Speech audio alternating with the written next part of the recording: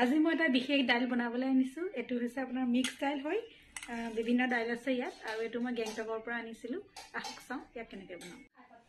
আমি বনাবলৈ লোৱা দাইলটোত কাৰণে মই কেইটামান বস্তু লৈ লৈছো। পিঁয়াজ এয়া কাটি লৈছো, এটা বিলাহী আৰু দুটা আলু মই এনেকৈ সাইজত কাটি লৈছো।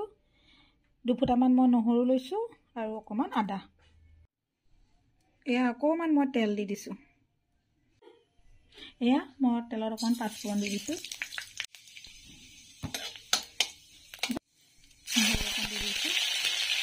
আদা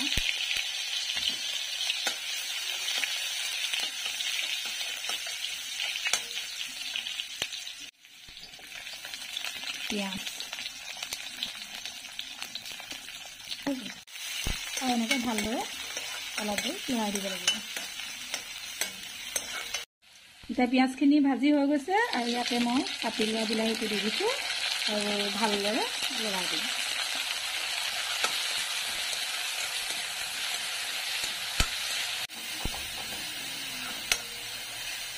আৰু এয়া চাওক আমাৰ দাইলখিনি এয়া মই ইয়াত দি দিম।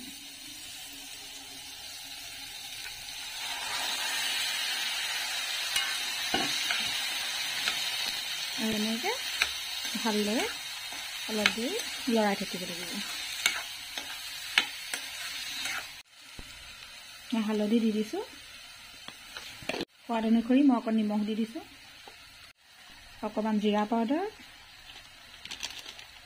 ধনিয়া পাউডাৰ আৰু অকণমান জলকীয়া গুড়ি দি দিছোঁ। আৰু ইয়াত ভালদৰে লৰাই দিছোঁ।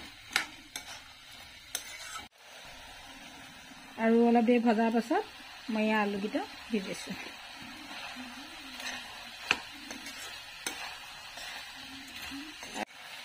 এনেদৰে ভাজি পেলাই 10 পৰা 15 মিনিট আমি ঢাকি দিম। সেয়া 10 পৰা 15 মিনিটৰ কাৰণে মই ঢাকি দিছোঁ।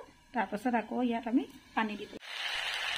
10-15 মিনিটৰ পিছত মই অলপমান ইয়াত পানী দি দিছোঁ। মই গৰম পানী ব্যৱহাৰ কৰিছোঁ আৰু অলপ উতল অহালে মই এনেদৰে ৰাখি দিম।